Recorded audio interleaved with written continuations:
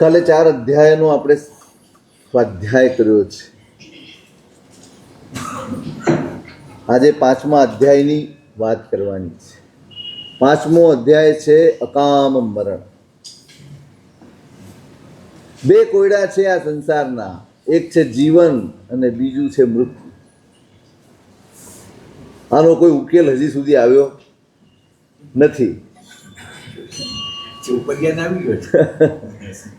સમજાતું નથી જન્મ સમજાતો. જન્મ નથી સમજાતું ને એટલે મૃત્યુ બગડે છે, અને મૃત્યુ નથી સમજાતું એટલે પરલોક બગડી જાય. અહીંયા મરણના 2 ભેદ બતાડ્યા છે, એક સકામ મરણ અને એક અકામ મરણ, એક પંડિત મરણ અને એક બાળ મરણ. નક્કી આપણે કરવાનું છે કેવી રીતે જવું છે. જવાનું નક્કી છે, પણ આપણું જીવન નક્કી કરી આપશે કે આપણે પંડિત મૃત્યુથી જઈશું કે બાળ મૃત્યુથી જઈશું. અન્નવંશી મોહવંશી એકે નિવૃત્તરે તથે કે મા પુણ્યમમ પટ્ટમ ઉદાહરે સંતિ મે યદુએ ઠાણા આખાયા મરણમ તિયા અકામ મરણમ ચેવ સકામ મરણમ તહા. આ સંસાર એક સાગર છે, જેનો પાર પામવો ભલભલા માટે બહુ દુષ્કર છે. પણ છતાંય કેટલાય આત્માઓ છે જેને પુરુષાર્થ કરીને આ સંસાર સાગરને પાર કર્યો છે, અને એમાંના એક છે ભગવાન મહાવીર. એમણે 2 પ્રકારના મૃત્યુ બતાડ્યા છે, અકામ મરણ અને સકામ મરણ. પહેલા અકામ મરણ શું હોય એની વાત કરશે. બાલાણામ અકામમ તુ મરણમ અસૈમ ભવે પંડ્યાણમ સકામમ દુઃખોસેણમ સૈમ ભવે તથિમમ પટોઠાણમ અવિરણ દેશમ કામ કીતે જહાબાલે ભીષમ પુરા હી કુબઈ. જે બાળ જીવો છે એનું અકામ મરણ વારંવાર થાય છે, અને કેવળ જ્ઞાનીની દ્રષ્ટિએ તમે વિચારો તો પંડિત મરણ એકવાર થાય છે. એ પછી ફરીવાર એને જન્મ અને મૃત્યુના ચક્રાવામાં પડવું પડતું. જે કામ ભોગોમાં આસક્ત છે એ બાળ જીવો છે, એ અજ્ઞાની છે, અને એ આત્મા ક્રૂર કર્મોનું આચરણ કરે છે. અકામ મરણથી બચવું હોય તો શું શું છોડવું પડે, આ બધી જ વાતો આની અંદર સમજવાની. એક તો આસક્તિ છોડવાની, અજ્ઞાનનો ત્યાગ કરવાનો. જે કીધે કામ ભોગે સુએ કે કુડાય કે છઈ નમે જીતે પરેલો એ ચક્કુ દિઠ્ઠા એ મારે હત્તા ગયા એ મેં કામા કાલિયા જેણા ગયા કો જાણે પરેલો તીવાપણો ચનેન સદ્ય મુખામી બાલે પકભાઈ કામ ભોગાણું રાયણમ કે સમસમ પડી વજ્જઈ. જે કામ ભોગમાં આસક્ત છે, હિંસક છે, અને અસત્ય બોલનારો. આ આસક્તિ એક એવું તત્વ છે જે તમને હિંસાના, જૂઠના, અનાચારના રસ્તે દોરી જનારા. એટલે પછી માણસ એમ વિચારે કોણે પરલોક જોયો છે. આ પ્રત્યક્ષ કામ ભોગોનું જે સુખ છે, ઇન્દ્રિય ગમ્ય છે, હું અનુભવી શકું છું, એને મૂકીને બીજે મારે ક્યાં જવાનું. એટલે જે પ્રત્યક્ષ ભોગવી રહ્યો છું એ બરાબર છે, એટલે હું તો જે બધા કરે છે એ પ્રમાણે હું એમ આસક્ત થઈને તો સે દંડમ સમારભય તસે સુધાવરે સુય અઠાય અઠાય ભૂય ગામમ હિંસઈ હિંસે બાલે મુસાવાય માઇલ્ય પિસુને સડે મુંજમાણે સુરમ વંશમ સે મેયમ તિ મન્નઈ કાયસા વયસા મત્તે વિત્તે ગિદ્ધે તિસુ દુહો મલમ સંચિનઈ શિશુણાગુ મટ્ટિયમ. આસક્ત જીવ પછી કોઈનો આસક્તિ એક એવો અવગુણ છે જે બીજાના વિચારને ભૂસી નાખે. કોઈનું હિત, કોઈનું સુખ, કોઈનું ભલું, આ બધા વિચારને ભૂસી નાખે એવો અવગુણ હોય તો આ આસક્તિ છે. હવે એ આસક્ત છે, એને માત્ર પોતાના સુખનો વિચાર કરવો ગુનો નથી, પણ આસક્તિ એ છે કે માત્ર પોતાના સુખનો વિચાર કરવો એનું નામ આસક્તિ છે. અહીંયા પોતાના સુખનો વિચાર છે, એટલે ત્રસ જીવો હોય, સ્થાવર જીવો હોય, પ્રયોજન હોય કે ન હોય, બધા એની હિંસામાં એ પ્રવર્તે. એ અસત્ય બોલે, એ માયા કપટ કરે, એ નિંદા કુથળી કરે, એ કોઈની સાથે દગાબાજી કરે, અને છેવટે આસક્તિના પ્રવાહમાં આગળ વધતા વધતા માંસ મદિરાના વ્યસનમાં ડૂબી જાય.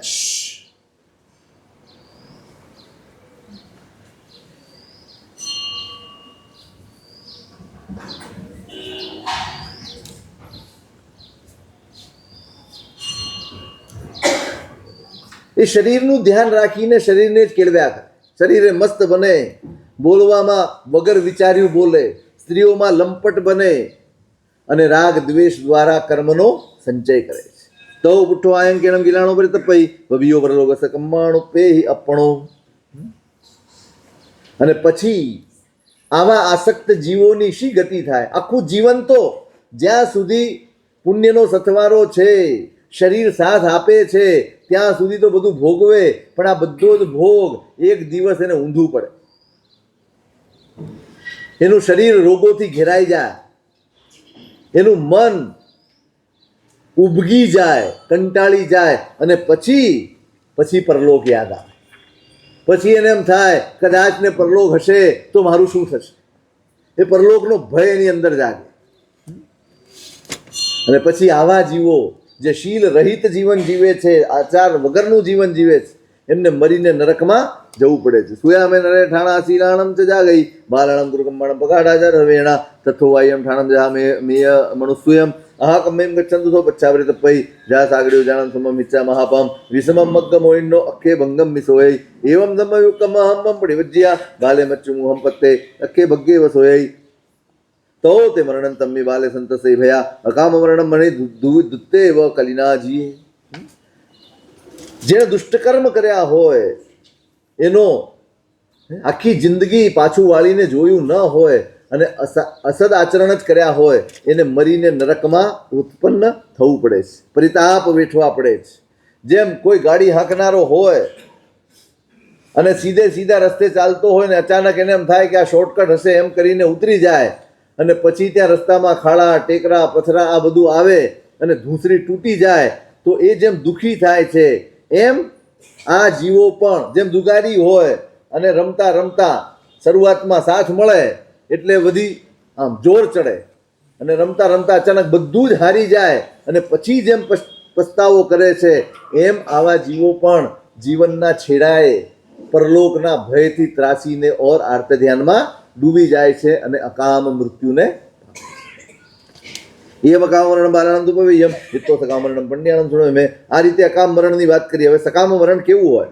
મરણમ પી સુપુન્નાણમ જહામેય મનુસ્યુયમ વિપસન્ન મણાઘાયમ સંજયાણમ મુસીમ્યો. જેઓ સંયમી છે, જીતેન્દ્રિય છે અને પુણ્યાત્મા છે, એમનું મરણ પ્રસન્ન સ્થિતિમાં થાય છે અને એને કહેવાય છે સકામ મરણ. નૈમમ સવ્વેસુ ભિક્ખસુ નૈમમ સવ્વેસુ ગારીસુ નાણા શિલાગારતા વીસ શિલાય ભિક્ષુણો. બધા જ ગૃહસ્થો કે બધા જ સાધુઓને આ મૃત્યુ પ્રાપ્ત થતું નથી. કારણ ઘણીવાર ગૃહસ્થ એટલા બધા સુશીલ હોય, વિવિધ પ્રકારના ગુણ સંપન્ન હોય છે, અને ક્યારેક સાધુ વિકૃત સ્વભાવવાળા અને શીલથી રહિત પણ હોય છે. સંતિ એકેમ ભિક્ષુમ ગારતા સંજમુત્તરા ગારતેય સભ્યમ સાવ સંજમુત્તરા. કેટલાક સાધુઓની અપેક્ષાએ ગૃહસ્થો પણ સંયમમાં ઘણીવાર ચડિયાતા હોય છે, અને જે સંયમી સાધુ છે એ તો સગળાય ગૃહસ્થો કરતા ઉપર ગણાય. જીરાજીનમ નગીનીનમ જડી સંઘાણી મુંડિનમ યાણી વિનતાય દુશીલમ પરિયાગયમ. તમે ગમે તેવા વસ્ત્રો પહેરો, ભગવા વસ્ત્રો પહેરો, મૃગ ચર્મને ધારણ કરો, જટાધારી બનો, કોઈ પણ બહારની કોઈ પણ અવસ્થાનો તમે સ્વીકાર કરી લો, પણ જો તમારા જીવનમાં સદાચાર નથી, શીલ નથી, તો પછી તમને દુર્ગતિમાંથી કોઈ બચાવી શકે. પિંડલો એવા દુશીલે નરગાઓ ન મુચ્ચઈ ભિખાય વાગ્ય તેવા સુભય કમમય જીવમ.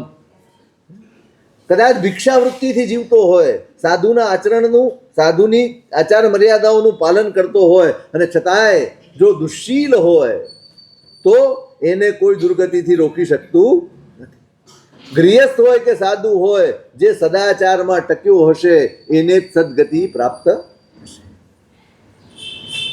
અગારી સામાયંગાહિમ સડ્ડિકાયણ ફાસે કોસમ દુઓ પખમેગ્રાયમ નહાવે એવમ સિક્કા સમાવને ઘેવાસે વિસુભય મુચ્ચૈ છવી પવ્વાઓ ગચ્છે ચક્ખ સલોગયમ. શ્રદ્ધાવાન ગૃહસ્થ હોય, મન વચન કાયાથી સમભાવને સાધતો હોય, સામાયિકના ભાવમાં જીવતો હોય, અને કૃષ્ણ પક્ષ હોય કે શુક્લ પક્ષમાં હોય, પૌષદ વ્રત વગર રહેતો ન હોય, અને આ રીતે ધાર્મિક શિક્ષણ મેળવીને વ્રતધારી શ્રાવક જો ગૃહસ્થ અવસ્થામાં રહે તો પણ આ ઔદારિક શરીર છોડીને ઉત્તમ ગતિને દેવલોકને પ્રાપ્ત કરે છે. અહસે સમૂઢે ભિક્ખુ દંડમન્નય રેસિયા સબ દુઃખ પહેણેવા દેવે વાવી મહિડ્યે. જે સંયમી સાધુ છે, સદાચારી સાધુ છે, એની બે અવસ્થા હોય. કાં તો સર્વ દુઃખથી એ મુક્ત થાય, કાં તો મહાન રિદ્ધિવાળો દેવ થાય. પુત્રાયમ વિમોહાયમ જુઈમંતાણુપુવસો સાવણ્ણાયમ સમાયન્નાયમ જખેમ આવાસાયમ જ સંસીણો. કદાચ મોક્ષ ન થાય તો પણ દેવલોકના ઉત્તમ આવાસો, જ્યાંની સ્થિતિ મોહ રહિત છે, સુખ ઘણું છે, ભોગ ઘણા છે, વૈભવ અઢળક છે, અને છતાંય મોહ વગરની સ્થિતિ હોય એવો દેવલોક એ પામે છે. દિયા હોય ડિમંત સમિતા કામરૂવિણો અહુણો વન્ના સંકાસા બુદ્ધો અચ્ચે માલી પભા. અને આવા દેવો યશસ્વી એવું દીર્ઘ આયુષ્ય પાળે, રિદ્ધિ સિદ્ધિનો ઉપભોગ કરે, ઈચ્છાને અનુરૂપ પોતાનું જીવન જીવે અને સૂર્યની સમાન તેજસ્વી પોતાનું જીવન વ્યતીત કરે છે. તાણી ઠાણાની કે ચંદ્ર કિતા સંયમમ તો વિખાય વાગ્ય તેવા જે સંતિ પરિનિબુડા. અને આ હિંસાથી નિવૃત્ત થયેલા તપ અને સંયમના અભ્યાસી એવા જીવો, એ સાધુ હોય કે ગૃહસ્થ હોય, એ સકામ મરણ પામીને ઉત્તમ ગતિને વરે છે. તે સિંહ સોચ્ચા સુબુજ્જાણ સંજ્ઞાણ ઉસીમો ન સંત સંતિ મરણંતે શીલવંતા બહુ સુયા.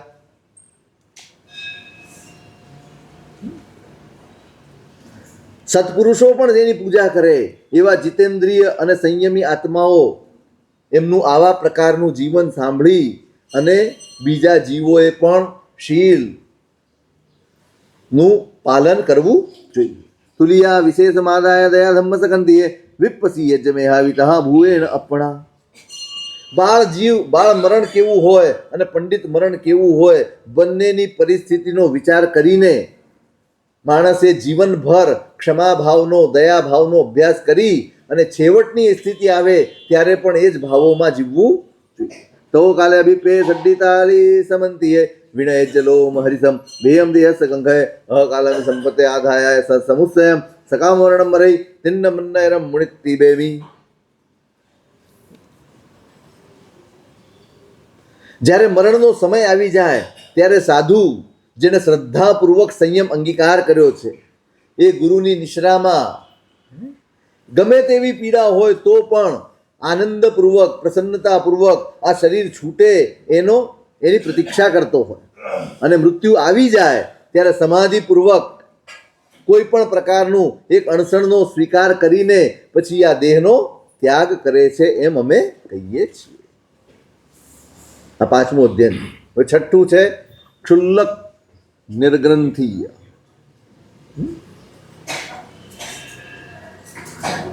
નિર્ગ્રંથ શું છે? એવું કંઈક છે ખરું? શું છે? કંઈક કરવાનું તો કરી લો, પેલા મારું ધ્યાન દોડાયા કરે છે. નિર્ગ્રંથ શબ્દ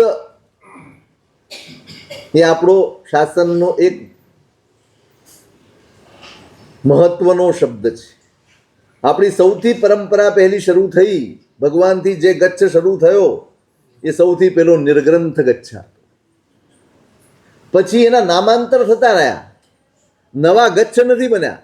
જે તે કાળે મહાપુરુષ થયા, આર્ય સુહસ્તી સૂરી મહારાજને બધા થયા, જેણે કરોડ વખત સૂર્યમંત્રની આરાધના કરી, સૂર્યમંત્રનો જાપ કર્યો એટલે કોટિક ગચ્છ થયું, પછી વનવાસી ગચ્છ થયો. એ રીતે એના નામ પડતા રહ્યા. આજે તપાગચ્છ છે એ નામ પણ મૂળ પરંપરા કઈ છે? તો કે નિર્ગ્રંથ ગચ્છની પરંપરા છે. એટલે તપાગચ્છ એ કોઈ નવા ગચ્છની સ્થાપના નથી, પણ કોઈક મહાપુરુષ એવા થયા જેને બિરુદો પ્રાપ્ત થયા અને બિરુદ પ્રમાણે ગચ્છનું નામ પ્રવર્તમાન. જેમ કે જગતચંદ્ર સૂરી મહારાજ થયા અને એમને પેલા રાજાએ તમે તો મહાતપા છો એમ કરીને એમને બિરદાવ્યા, અને ત્યારથી એ જ ગચ્છ તપાગચ્છ તરીકે ઓળખાય. એટલે આપણે પરમાત્માની જ અખંડ વહેતી આવતી પરંપરાના અંશ છે. એ નિર્ગ્રંથ શબ્દ, નિર્ગ્રંથ એટલે શું? જે બાહ્ય અને અભ્યંતર અનેક પ્રકારની જે ગાંઠો છે એ ગાંઠોનો ત્યાગ કરીને જીવે એનું નામ નિર્ગ્રંથ છે. બાહ્ય ગ્રંથિ એટલે બહારની બધી જ પુણ્યજન્ય પરિસ્થિતિઓ એ પણ એક પ્રકારની ગ્રંથિ છે.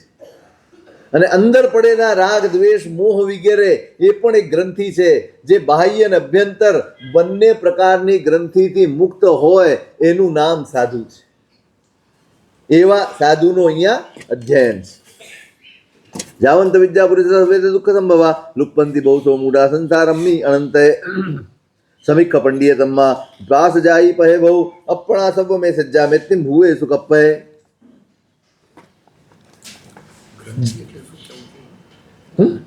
ગ્રંથિ એટલે શું જવું છે? ગાંઠ એટલે બાહ્ય પદાર્થોનો પરિગ્રહ એ પણ ગાંઠ છે અને અભ્યંતર રાગ દ્વેષ એ પણ ગાંઠ છે. જાવંત વિદ્યા પુરુષા જેટલા પણ અજ્ઞાની જીવો છે તે બધા જ કેવા છે? સતત પોતાની જાતને અને બીજાને ઉપદ્રવ કરનારા છે. અને વિવેક રહિત એવા જીવો સંસારમાં નિરંતર ભટક્યા કરે છે.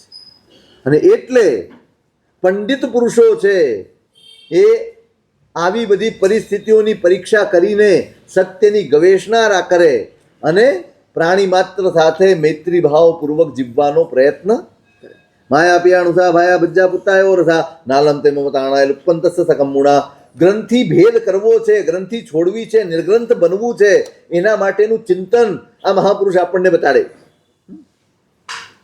માતા હોય, પિતા હોય, બંધુ હોય, પત્ની હોય, પુત્રવધુ હોય, સગો દીકરો હોય, કોઈ પણ હોય, જો હું મારા જીવનમાં અસદાચારથી અપકાર્યોથી પાછો નહીં વળું તો આમાંની કોઈ વ્યક્તિ જેને હું મારી ગણું છું એ ક્યારેય મને મદદરૂપ થઈ શકશે.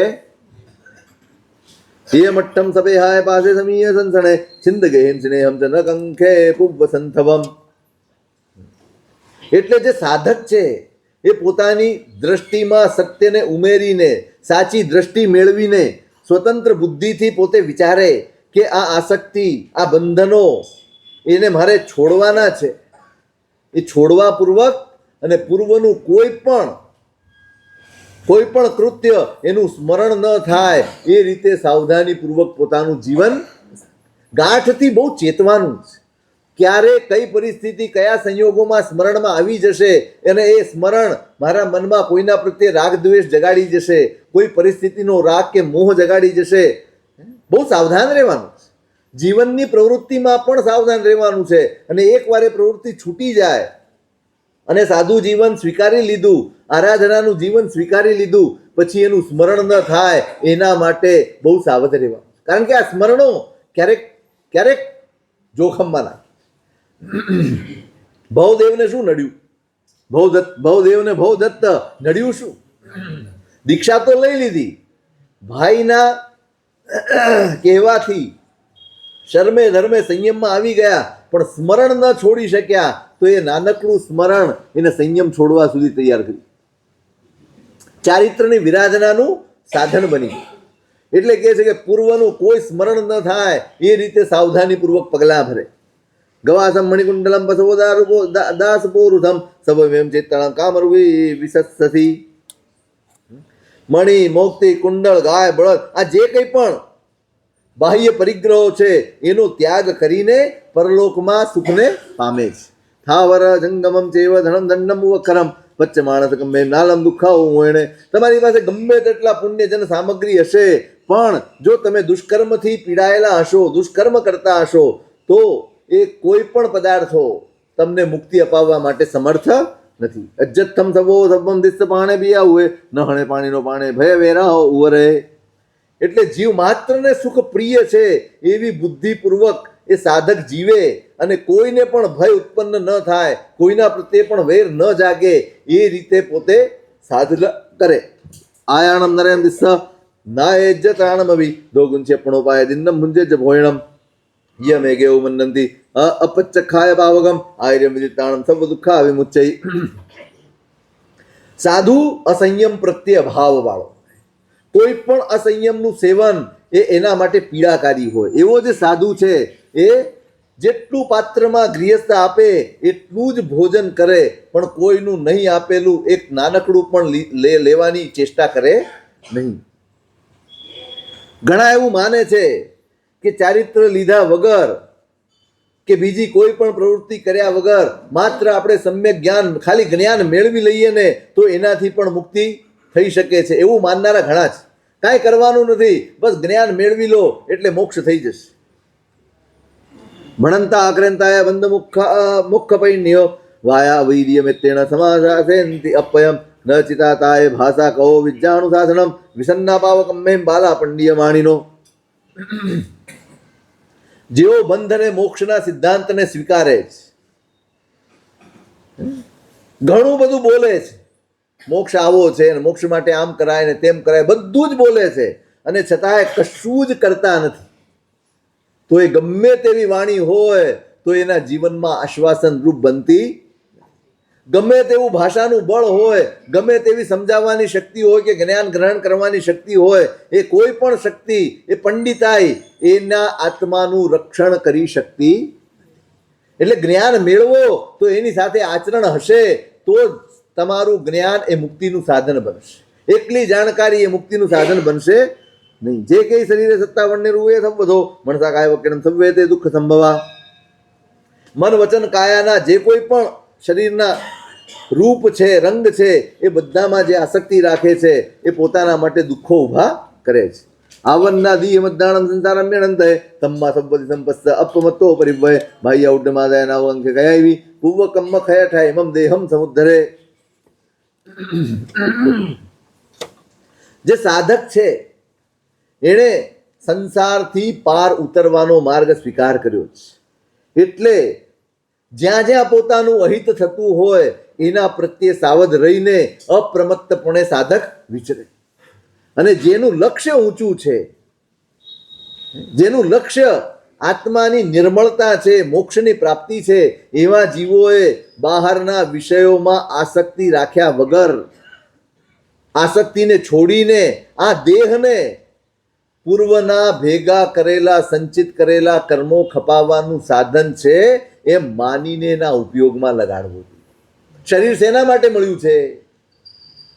શરીર માત્ર સાચવવા મળ્યું નથી, શરીર શણગારવા મળ્યું નથી, શરીરને માત્ર પોષણ આપવા માટે આ શરીર મળ્યું નથી, પણ આ શરીર સાધકના મનની બુદ્ધિ આ છે કે આ શરીર કર્મ ખપાવવામાં સાધનભૂત છે, માટે એનો ઉપયોગ કરી લેવા.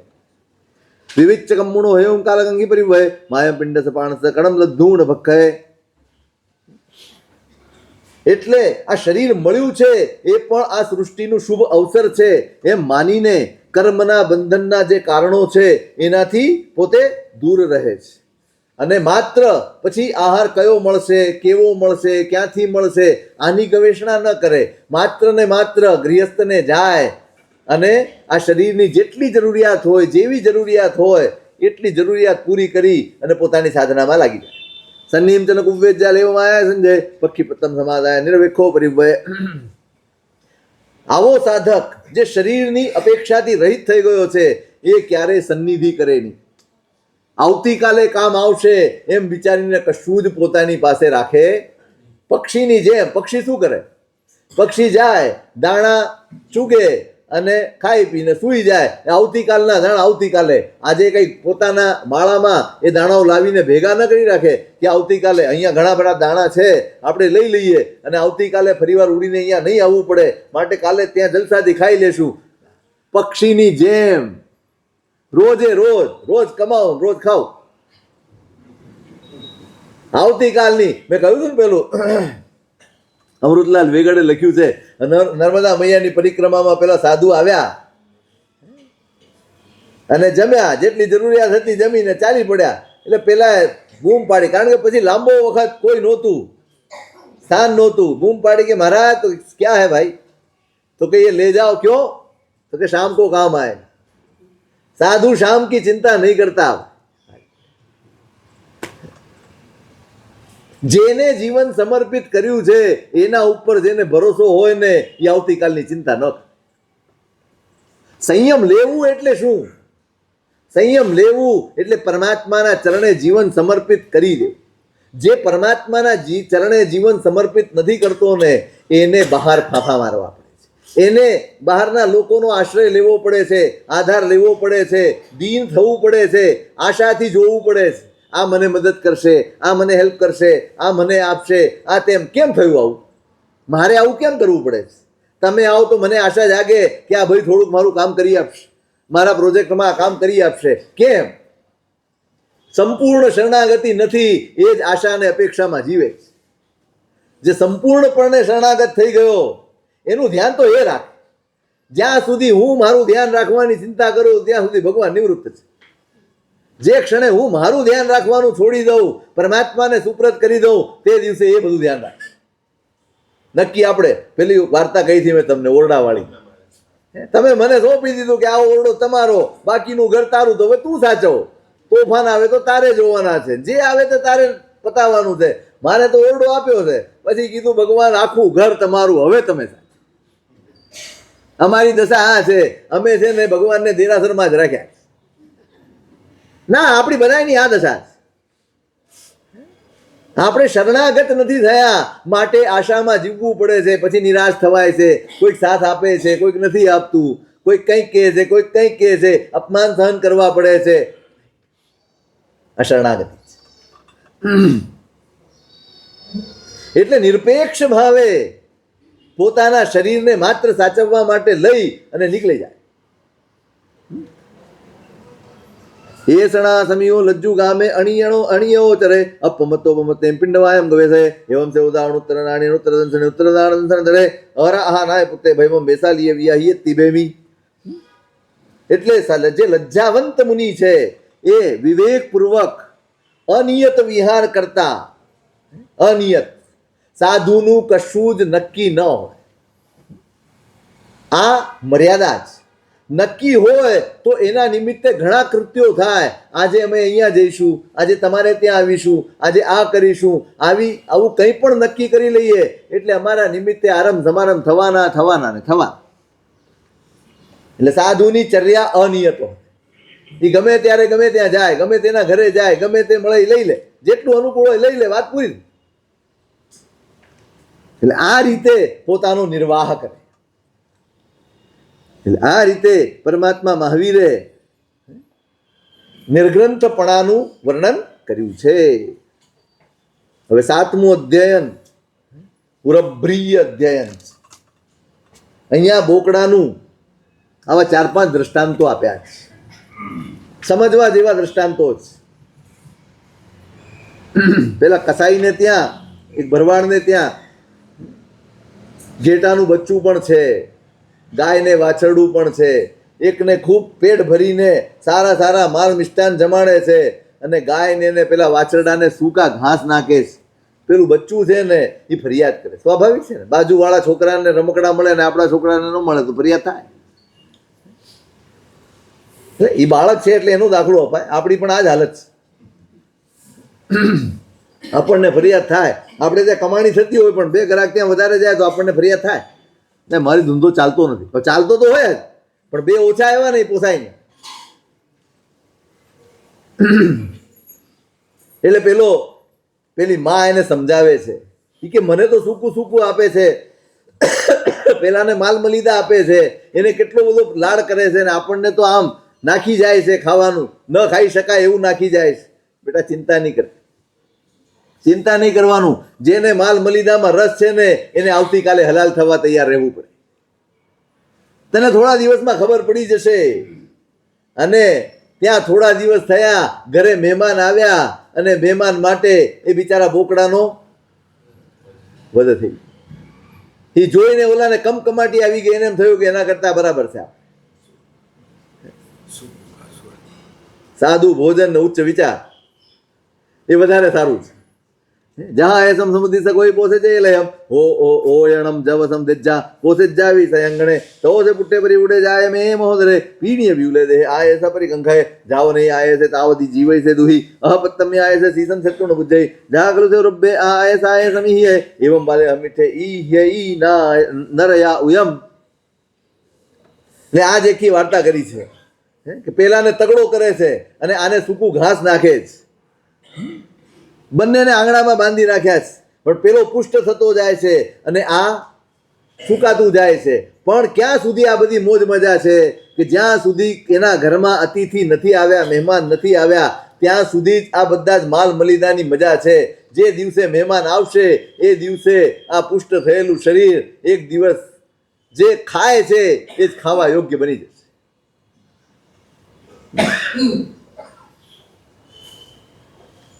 અને જેમ પેલો ઘેટો, એને તો એ તો અજ્ઞાન છે, એને ખબર નથી, એટલે એનાથી ખુશ થાય છે કે મને આ મળ્યું છે, મને આ મળ્યું છે, મને આ મળ્યું છે, એટલે બીજો વિચાર એને નથી આવતો. તે રીતે અજ્ઞાની જીવ પણ સંસારમાં મળેલા સુખ ભોગોમાં એવો આસક્ત થાય કે એને પોતાના હિતનો વિચાર ના. એ આ રીતે ભોગો ભોગવીને, સુખ ભોગવીને, આસક્ત થઈને પોતાની દુર્ગતિનું નિર્માણ કરી લેતો. હિંસે બાલે મુસાવાઈ અદ્દાણમ વિલો હોય અન્ન દત્ત હરે તેણે માય કન્નું હરે સડે. હિંસક, અજ્ઞાની, જૂઠા બોલો, બીજાઓને લૂંટનારો, બીજાએ આપેલી વસ્તુને પચાવી પાડનારો, ચોર હોય, ઠગ હોય, હંમેશા બીજાનું લૂંટવાની નો જ વિચાર કરનારો.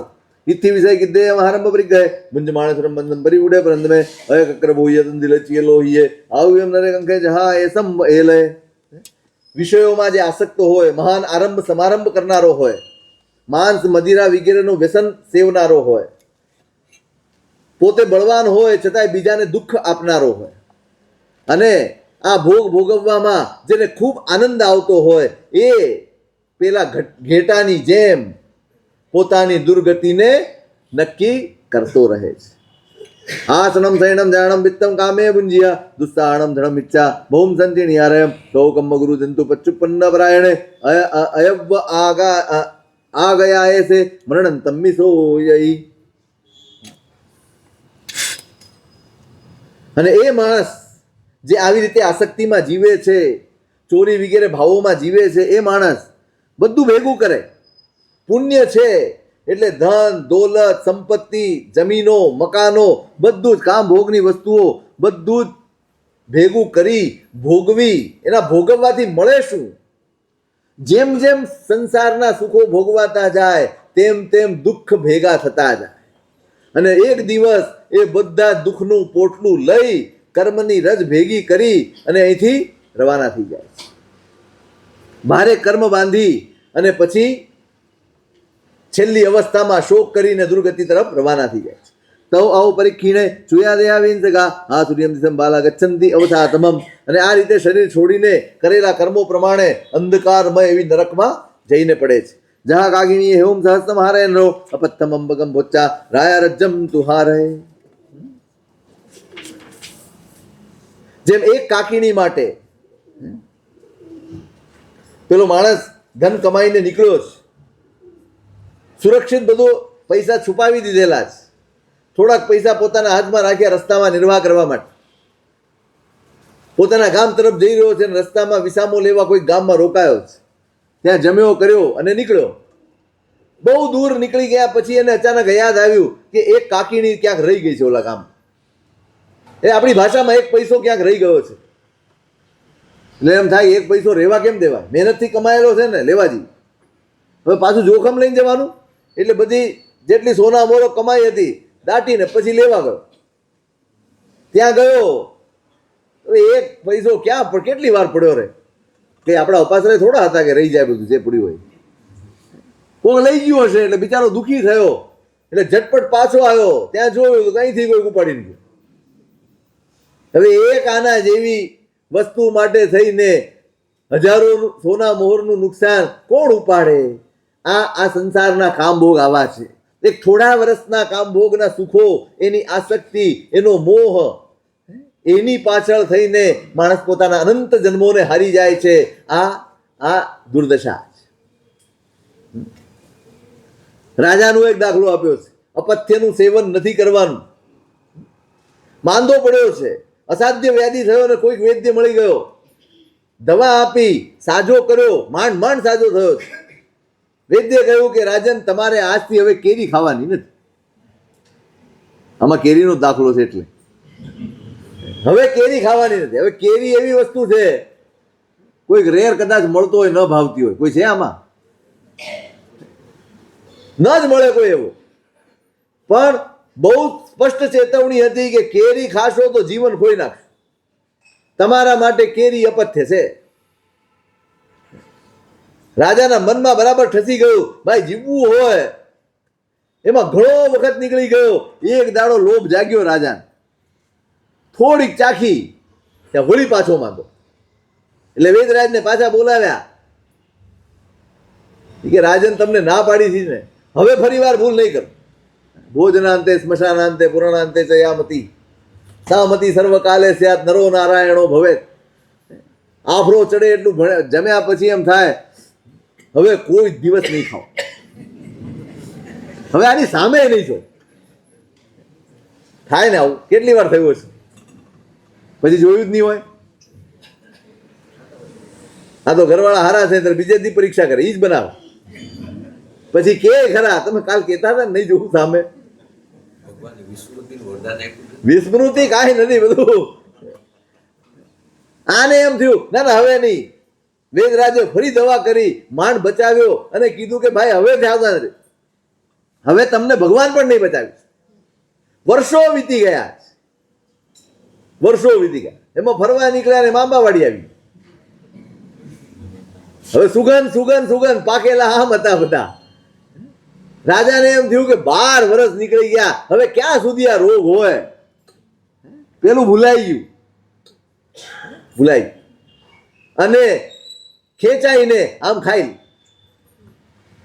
અને પછી જે પીડા ઉપડી, વેદરાજે આવીને હાથ જોડ્યા, સાહેબ હવે તમને ભગવાન પણ ન બચાવે. એક નાનકડી આસક્તિ એને જીવનથી હાથ ધોવા પડે એ કક્ષાએ પહોંચાડી દે છે. એમ આ પરમાત્મા અહીંયા કહે છે કે ભાઈ નાનકડા સુખના ભોગો એની પાછળ તમે તમારા અનંત જન્મોને દાવ પર લગાડતા નહીં. એવમ મનુષ્ય કા કામા દેવ કામાનંતી સહસ્ત્ર ગુણ્યા બુદ્ધો આવું કામ દિવ્યા.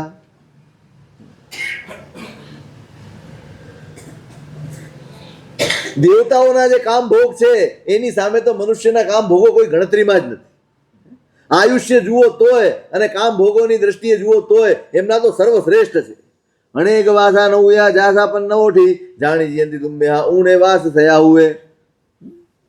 એટલે જે પ્રજ્ઞાવાન સાધક છે એ શું કરે, અહીંના તુચ્છ અને ક્ષણિક ભોગોમાં લપટાય નહીં, પણ આરાધના કરીને પોતાની જાતને સુરક્ષિત કરી લે. પછી ભવાંતરમાં દેવલોકના સુખો ભોગવે.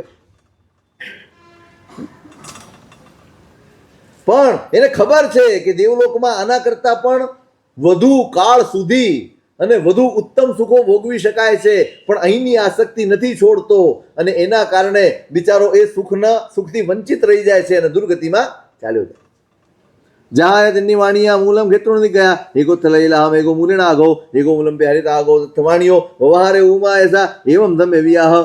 3 વણિક પુત્રનું દૃષ્ટાંત છે કે ભાઈ કમાવા માટે નીકળ્યા છે. એક વાણિયો છે વ્યાપાર કરવા ગયો તો ઘણું ધન કમાઈને લાવ્યો. બીજો છે તે જેટલી મૂડી લઈ ગયો તો એ પાછી લાવ્યો.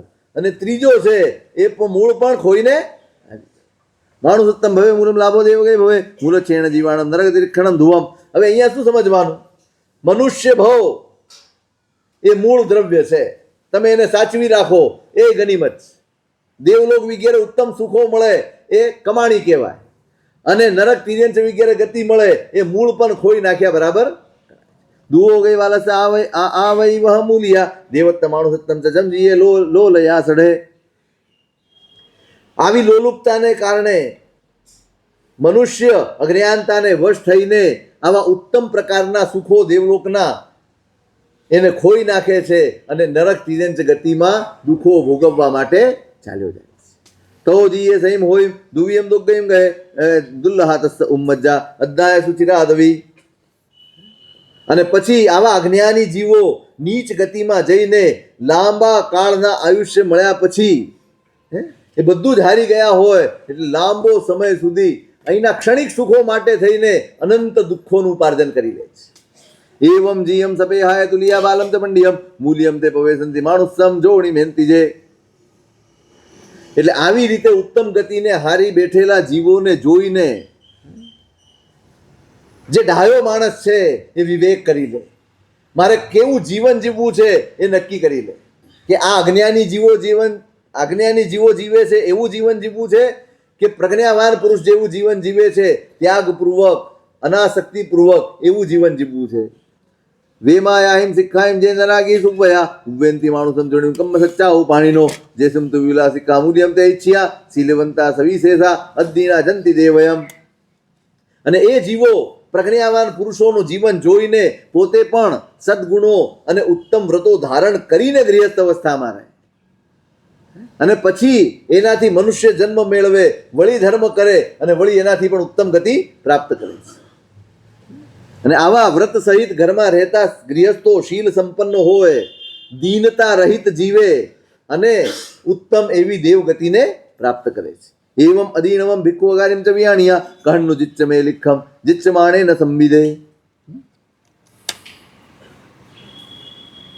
અને આવા ગૃહસ્થો પણ આવા જોવા મળે છે જે બધા જ ભોગ સુખોથી ઉપર ઉઠીને પોતાની જાતને ધર્મમાં, આરાધનામાં, પુરુષાર્થમાં જોડીને જીવતા હોય અને ઉત્તમ ગતિને વળતા હોય. આવું જોઈને કયો સાધુ પોતાના જીવનમાં પ્રમાદ કરશે? એને તો સર્વોત્તમ વ્રતને વિરતિ મળ્યા છે. તો પછી આવા જીવોને જોઈને સાધુ પણ પોતાના પ્રમાદથી દૂર થઈ જાય. જહા કુસજ્ઞ ઉદગમ સમુદ્રેણ સમમિણે એવ માણસકા કામા દેવ કામાણ અંત્યે. દેવતાઓના સુખની સામે મનુષ્ય લોકના સુખ કેવા છે? તો કે દર્ભની સળી ઉપર જે પાણીનું બિંદુ પડ્યું હોય એ કેટલી વાર ટકે? એક ક્ષણવાર એક પવનનું ઝોકું આવે અને એની સાથે જ પેલું નીચે પડી જાય. એમ મનુષ્ય ભવના કામ સુખો આટલા ક્ષણિક અને આટલા તુચ્છ છે. એની સામે દેવલોક પલ્યોપમો અને સાગરોપમોના આયુષ્ય હોય અને હંમેશા સુખ ને સુખની જ સ્થિતિ હોય. આવા તો એના સુખો જ. કુસજ્ઞ મેતા એમે કામા સંનિરુદ્ધમ્ય આવું કસે પ્રવાકાઓમ જોગ મેખમ ન સંવિદે. એટલે અહીં સવાલ કરે છે ભગવાન કે જાણે છે કે આ ભોગ સુખો થોડા જ કાળ માટે છે અને એ પણ પુણ્યનો સાથ હોય તો જ છે, તો પણ આ બિચારા અજ્ઞાની જીવો આમાં લપેટાઈને પોતાનું હિત કેમ સમજી નહીં શકતા હોય? ય કામાણી અટ્ટસ અત્તઠે વ્રજ્જૈ સોચાની ઓમ ગમ જમ ભુજ્જો પરિભસ્સૈ. અને આ રીતે મનુષ્ય ભવમાં કામ ભોગોથી નિવૃત્ત થતા નથી અને એનો આત્માર્થીપણાનો માર્ગ નષ્ટ થઈ જાય છે. વારંવાર સન્માર્ગને સાંભળે અને છતાંય તેને છોડી શકતો નથી. ય કામણી અટ્ટસ અત્તઠે નાવ્રજ્જૈ ઉદયમ નિરોહણમ ભવે દેવેત્તિ સુયમ. પરંતુ જે વ્યક્તિઓ મનુષ્ય ભવ પામીને આ બધા જ ક્ષણિક સુખોનો ત્યાગ કરે અને પોતાનો આત્માનું પ્રયોજન સફળ થાય એ રીતે જો પુરુષાર્થ કરે તો આ સામાન્ય જે ઉદારીક શરીર છે, તુચ્છ જે ઉદારીક શરીર છે એને છોડીને દેવલોકના ઉત્તમ સુખોને વરે છે. ઇડ્ડી જઈ સુઓ જસો વણનો આવમ સુવમણોત્તરમ બુજ્જો જથમણુસે તત્થસે ઉવો વજ્જઈ. અને પાછો દેવલોકમાંથી નીકળીને પણ જ્યાં રિદ્ધિ સિદ્ધિ ભરપૂર હોય, પુણ્ય ભરપૂર હોય એવા કુળમાં મનુષ્ય તરીકે જન્મે છે. બાલસ્ય બસ્ય બાલત્તમ હમ્મમ પડી વજ્યા ચિત્તાધમમ મીઠે ન રહે ઉવો વજ્જઈ.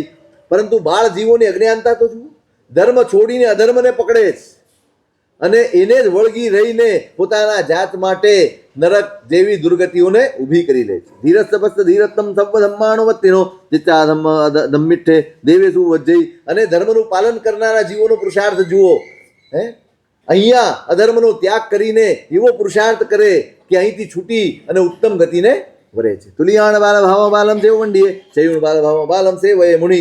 એટલે સાધક જીવો અને આવા આસક્ત જીવો એ બંનેનું જીવન જોઈને જે પંડિત જીવો છે એમણે આસક્તિનો ત્યાગ કરીને પંડિત જેવું જીવન સ્વીકારવું જોઈએ એમ અમે કહીએ છીએ.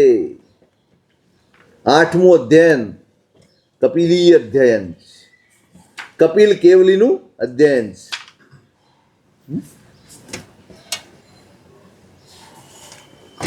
કપિલની વાર્તા તો આપણે અહીંયા કરેલી જ. બ્રાહ્મણનો દીકરો છે, પિતા ગુજરી ગયા છે, પોતે ભણ્યો નથી. પિતા રાજપુરોહિત હતા પણ હવે પોતે કાંઈ ભણ્યો નથી, કશું આવડતું નથી, એટલે એને ક્યાંય કામ મળતું. માં દુઃખી જ, એને સમજાવે જ. અને પિતાના મિત્ર છે એને ત્યાં ભણવા માટે બીજે ગામ મોકલે છે. તેમની દાસી સાથે એને પ્રેમ થઈ જાય છે. પછી એને એમ થાય છે કે જીવન નિર્વાહ કેમ કરશું, આપણી પાસે તો કાંઈ છે નહીં. ત્યાં ખબર પડે છે કે રાજા જે સૌથી પહેલા પ્રભાતમાં આશીર્વાદ આપે એને 2 માસા સોનું આપે. એને એમ થાય કોઈક માલા પેલા પહોંચી જાય એના કરતા અડધી રાત્રે જ નીકળી. હવે તે જમાનામાં આજની જેવું નહોતું આખી રાત બધા જાગતા હોય, રાત્રે માત્ર ચોકીદારો જ જાગતા હોય. ત્યારે એવું હતું, કોઈ નીકળે તો શંકા જ પડે કે આ કોણ છે. પેલો નીકળ્યો અડધી રાત્રે, પેલા પકડ્યો ને ભાઈ ક્યાંથી નીકળ્યો તું, પકડી રાખ્યો, મૂકી દીધો. અને સવારના પહેલા રાજાની આગળ રજૂઆત કરી કે ભાઈ આ રાત્રે મળ્યો છે. રાજા એને પૂછ્યું શું છે? જેવું હતું તેવું, એક અક્ષરની એ ચોરી કર્યા વગર પોતાની આખી પરિસ્થિતિ વર્ણવી દીધી. આ છે ને એટલા માટે આવ્યો. રાજા ખુશ થઈ ગયો. માણસ હાડ સાચો છે, જૂઠ નથી બોલ્યો, ખોટું નથી બોલ્યો, જે છે બોલી ગયો. હું તો રોજ 2 માસા આપું છું, પણ આજે તું કે આપું, બોલ, આજે તું કે આપ. એટલે પેલાના મનમાં આપણી અંદર પડેલું જ છે, જરા ઢીલ મળે એટલી જ વાત. એક ઢીલ મળે એટલે આપણને તરત વિચાર આવે હવે 2 માસા તો લઈશ તો કેટલો વખત ચાલશે, સુવાવડનું કામ પતશે પછી હું, પછી જરૂર તો પડશે ને, પછી આમ જરૂર પડશે. સારું હું વિચારીને આવું, સારું વિચારીને આવ. બેસી ગયો એક બાજુ, વિચાર કરે છે હવે શું, હવે શું, હવે શું. તમે વિચારતા હશો ને, પ્લાનિંગ. આટલું જોઈશે, તેટલું જોઈશે, ફલાણું જોઈશે, ઢીકણું જોઈશે. તમારે તો એ જોઈ બધો જ પ્લાનિંગ કર્યા પછી મહેનત જ કરવાની હોય. કોઈ રાજા તો રીજો છે નહીં આપણી ઉપર.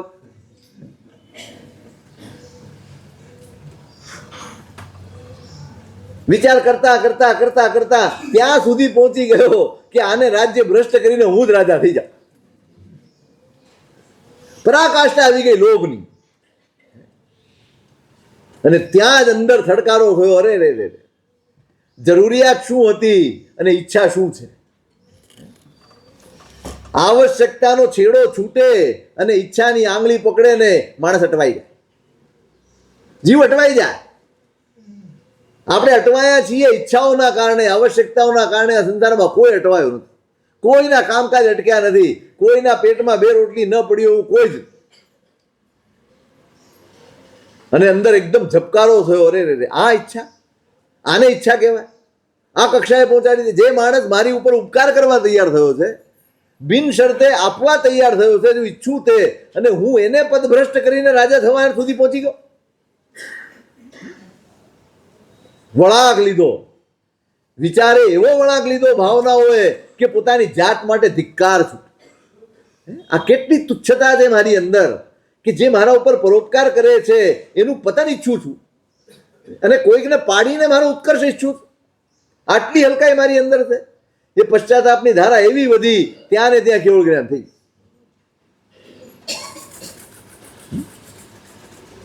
અને રાજ દરબારમાં આવ્યા તો રાજાએ કીધું શું? કાંઈ નહીં, ધર્મલાભ. હવે 2 માસા ન જ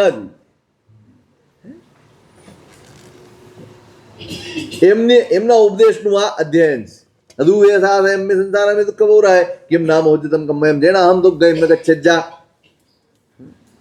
ચંચળ, અશાશ્વત અને દુઃખ ગર્ભિત એવા સંસારમાં એવા કયા કર્મો છે જેને આચરીને દુર્ગતિ ન જવાય? વિજહિતુ સંજોગમ ન સિનેહમ કંચ કુવેજા અસિનેહમ સિનેહ કરેમ દોષ પહોસે મુચ્ચે ભિક્ષુ. એટલે જે સાધક છે એ પૂર્વના સંબંધો વગેરે જે છોડીને આવ્યો હોય, સ્નેહના સંબંધો હોય કે કોઈ પણ સંબંધો, સ્નેહના હોય, વેરના હોય, અભાવના હોય, કોઈ પણ પ્રકારના સંબંધો હોય, એ બધા જ સંબંધોને ક્યારેય સ્મરણ કરે નહીં, એમાં સ્નેહ રાખે નહીં, તો જ એ સાધક બધા દોષોથી મુક્ત થઈ શકે. તો નારાયણ સંસના મગ્ગો ય નિશ્ચેષાય સબ જીવાણમ દેશે વિમોક્ષણ થાય ભાસે મુનિવરો વિગય મોહો. અને એવા કેવળ જ્ઞાન અને કેવળ દર્શન વાળા તથા મોહથી જે છૂટી ગયા છે એવા કપિલ મુનિએ જીવોના કલ્યાણ માટે શું કહ્યું એની વાત કરે છે. સવ્વમ ગંધમ કલહમ ચ વિપજહે તહા વયમ ભિક્ષુ સવ્વે સુકામ જાય સુપાસમાણો ન લિપ્પયિતાહી. કર્મબંધના કારણરૂપ એવા પરિગ્રહનો અને ક્લેશનો સાધુ એટલે કે સાધક ત્યાગ કરે.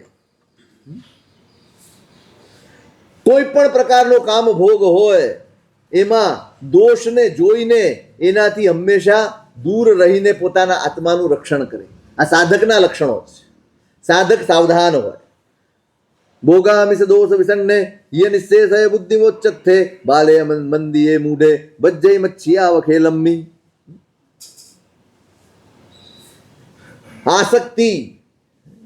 આસક્તિમાં લપેટાયેલો જીવ પોતાના હિત અને પોતાના કલ્યાણને નહીં સમજી શકનારો અજ્ઞાની જીવ એ બિચારો બળખામાં પડેલી માખીની જેમ દુખી થાય છે.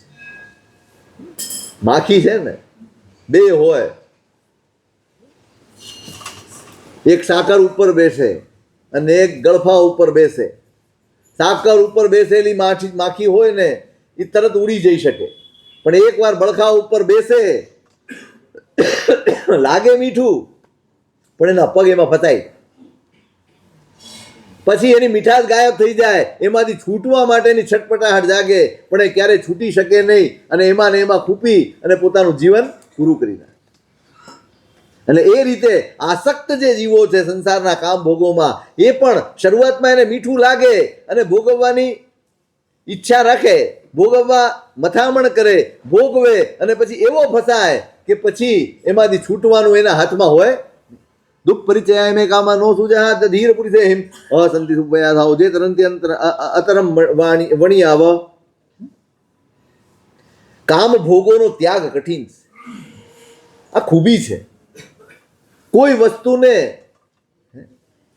સાવ સામાન્ય લઈને પરમાત્મા ક્યારે નિરૂપણ કરતા, અરે એમાં શું છે, એ પોતાને આગળ કરીને નથી વિચારતા, જીવની મનોભૂમિકાને વિચાર કરીને વાત કરે, કારણ કે પોતે પણ એમાંથી પસાર થયા છે એટલે ફાંકા ન મારે. અરે આમાં કાંઈ નથી, આ તો 1 મિનિટમાં છૂટી જાય, તું પચકાણ લે ને લપતી ગયું. બોલવામાં શું જાય? અને પેલો આવેશમાં આવીને પચકાણ લઈ લે અને પછી જે સ્થિતિ થાય ને એ બહુ અઘરી હોય. અહીંયા સ્પષ્ટ કહ્યું છે દુઃખ પરિચય એમે કામમાં, સાચા જ છો તમે કે કામ ભોગોનો ત્યાગ કઠિન છે. જે અધીર પુરુષો છે એને સહેલાઈથી છોડી શકતા નથી, પરંતુ જેણે વ્રત તરફ પગલાં માંડ્યા છે, જેણે સંકલ્પનું જીવન નક્કી કર્યું છે, એ સંકલ્પથી આ બધાય દુષ્કર્મોને, આસક્તિઓને, દુર્ગુણોને છોડી શકાય છે.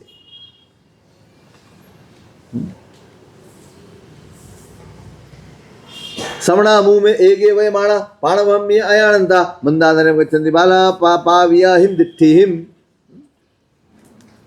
કેટલાક અજ્ઞાની જીવો એ ખેંચાઈને શ્રમણપણા સુધી આવી જાય પણ એમનું અજ્ઞાન દૂર ન થાય એટલે બિચારા હિંસા વગેરે દોષોને આચરતા પોતાની દુર્ગતિને નોતરી લેતા હોય છે. નહું પાણવામણું જાણે મુચ્ચેજ કયા સબ દુખાણમ એવારી એહિમ અખાયમ જય મિમો થાવ ધમ્મો પન્નતો.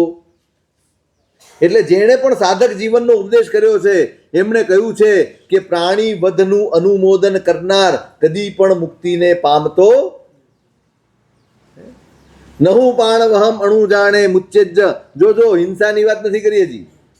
પ્રાણી વધની અનુમોદનાથી પણ આપણા કલ્યાણના દરવાજા બંધ થઈ જાય, એનો ક્યારેય મોક્ષ થઈ શકતો. પાણી અનાય વાયજા સે સમયથી ઉચ્ચઈ જાય તો સે જય ઉદગમ થલાઓ. જેઓ હિંસા નથી કરતા એની જ પ્રવૃત્તિને સમ્યક પ્રવૃત્તિ કહેવામાં આવે છે. જેમ ઉપરનું સ્થાન હોય અને પાણી આપોઆપ સરી જાય, આમ ઢાળ હોય તો પાણી જેમ સરી જાય, એમ જે અહિંસાનું જીવન જીવે છે એ જીવોના આત્મામાંથી કર્મ પણ સરી જાય છે. પાણે અનાય વાયજા જગનિસી એમ ભૂએમ તર્સનામ એમ થાવરેવ્ય નો દેશી આરંભે દંડમ મણસા વૈસા કાયસા ચેવ. એટલે આ વિશ્વમાં જેટલા પણ ત્રસ અને સ્થાવર જીવો છે એમને દુઃખ થાય તેવું મન વચન કાયાથી કોઈ પણ પ્રયોગ કરવો નહીં. શુદ્ધે સણાઓ નચ્ચાણમ તત્ઠવેજ્ય ભિક્ખુ અપાણમ જાય ઘાસ મેં સજ્જા રસ ગિદ્ધે ન સિયા ભિક્ષાએ. શુદ્ધ એષણાને જાણીને, સાધુની વાત છે, આહારના દોષો વગેરેને જાણીને શુદ્ધ ગવેષણા અંગીકાર કરે અને એનું પાલન કરે અને ક્યારે પણ ઉત્તમ રસોમાં મૂર્છા ધારણ કરે નહીં. પંતાણી ચેવ સેવેજ્જા સિંહ પિંડમ પુરાણ કુંભાસમ અદુ ભુક્કસમ ફુલાગંબા જવણક્ષાયની સેવયે મંથુમ. માત્ર જીવનનો નિભાવ કરવાનો છે, આ બોધ સાથે સાધુ ભિક્ષાચર્યા કરે. બહુ ભાર આપ્યો છે ભિક્ષા ઉપર, કારણ કે આહાર એ આપણા વિચારોનો પાયો છે. આહાર ઉપર જેનું ફોકસ નથી, આહાર પ્રત્યે જે બેદરકાર છે, એ પોતાના મનમાં દુર્ધ્યાનને સહજપણે નોતરી લેતો. આહારનું કનેક્શન વિચાર સાથે ખૂબ મોટો છે. જેવો આહાર આપણે બોલીએ છીએ, જેવો આહાર તેવો અન્ન તેવું મન, અન્ન તેવું મન. એટલે વિચારો સાથે એનું સીધું કનેક્શન છે. એટલે કહે છે કે જીવનનો નિર્વાહ કરવાનો છે, એટલે સાધુ રસ વગરના ટાઢા કાળ વ્યતીત થઈ ગયેલા અડદ કે કઠોળ સૂકવેલા પદાર્થોને ગ્રહણ કરીને પોતાના જીવનનો નિર્વાહ કરે. જેનું સેવન કરવાથી પોતાના મનમાં વિકૃતિ ન પેદા થાય એવા જ આહાર પ્રત્યે એ સાવધ હોય. નિર્દોષ હોય અને છતાંય જો મનને અનુકૂળ ન હોય, મારા મનમાં વિકાર પેદા કરે એવું હોય, તો 42 દોષ રહિત હોય ને તો પણ એ આહારને ગ્રહણ કરે. જમ લક્ષણમ ચ સુમીણમ ચ અંગ વિદ્યમ ચ જે પૌંજંતી નવું છે સમણા ઉચ્ચંતી જે એવમ આયર્યમ અખાયમ. અને લક્ષણ શાસ્ત્ર, સ્વપ્ન શાસ્ત્ર, અંગ વિદ્યા, આ બધું જ્યોતિષ ફોતિષ ફલાણું ઢીકણું, હવે તો બધું આખો વ્યાપાર થઈ ગયો છે મોટો. તમારી પણ એ જ અપેક્ષા હોય, મહારાજ મારું કામ કરી આપ. ક્યાં ભીડ હોય? સાચું કહો. હમણાં હું શરૂ કરું મારી દુકાન, વિચાર નો કરવા દો તમે. એવું લાગે જાણે આપણે બધા જ દુઃખી જ, બધા જ દુઃખી. જ્યાં મળ્યું નથી ત્યાં જઈને બેઠા નથી, વિચારે નહીં આટલું બધું છે, હવે કરવું જ શું, હવે જોઈએ છે શું?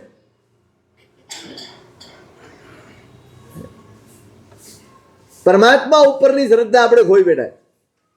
ખરેખર હજી કેળવી જ નથી જોકે, પણ બહુ વિચિત્ર સ્થિતિ. આ કેટલા મોટા અનર્થનું કારણ છે તમને ખબર નથી. આ સ્પષ્ટ નિષેધ કર્યો છે. આ બધા પ્રયોગો કરતો હોય તેને સાધુ ન કહેવાય. લખ્યું નહું તે સમણા ઉચ્ચન. એ અધિકાર હોય કોઈક આચાર્યનો, કોઈ ગચ્છપતિનો, કોઈક વડીલનો, એનો અધિકાર હોય કે જ્યારે કોઈ એવી આસમાની સુલતાની હોય, કોઈ શાસન પ્રભાવક શ્રાવકો હોય અને એના માટે કંઈ કરવાનું હોય તો એના પણ અધિકાર. આ તો મારે મન થયું તો હું કરું, એને મન થયું તો એ કરે, જેને મન થાય કરે. ગરાકી વધારવી છે ને. ઈય જીવ્યમ અનિયમિતતા બભટ્ઠા સમાહી જો એમ તે કામ ભોગા રસગીધા ઓજંતી આ સુરે કાહે. પોતાના સંયમ જીવનનું નિયંત્રણ ન કરે, સમાધિથી ભ્રષ્ટ થાય અને આ રીતે કામ ભોગમાં કે રસમાં આસક્ત થાય તો એ અસુર નિકાયમાં ઉત્પન્ન થાય છે. તત્તો વિયવટ્ટિતા સંસારમ બહુ અણુપરિયણંતી બહુ કમ્મલે વલિતાણમ બોહી હોય સુદુલ્લહા તે સિમ. અને આવા જીવો અહીંથી નીકળીને સંસારમાં લાંબો કાળ સુધી પરિભ્રમણ કરે અને બોધિ એમને દુર્લભ બની જાય. ધર્મનો બોધ દુર્લભ બની જાય. કચિનમ પીજો ઇમમ લોયમ પડી પુણ્યમ તલજ્જ કસ તેના વિશે સંતુષ્ટ ઈદ પૂરે ઇમે આયા. કારણ કે ધન ધાન્યથી ભરપૂર એવા સમગ્ર લોકને પણ કોઈકને આપી દે કે હવે આજથી આખી દુનિયાના માલિક તમે, તો પણ આ તૃષ્ણાનો છેડો આવે એમ. જા લાહો તહા લોહો લાહા લોહો પવઢઈ દો માસ કયમ ગજ્જમ કોડીએ વિન નિવઠ્ઠી. એમ પોતાની જ વાત કરે છે કપિલ કેવલી. જેમ લાભ વધે એમ લોભ વધે. લાહા લોહો પવઢઈ, લાભથી લોભ વધતો હોય છે. 2 માસા સોનું લેવા ગયો અને કરોડો સોના મોરે એનું મન શાંત થયું નહીં. નો રખસીસુ ગિજ્જજા ગંડવચ્છાસુ નૈ ગચિત્તાસુ જાઓ પ્રિસમ પલો ભિત્તા ખિલ્લંતી જાવા દો સેહિમ.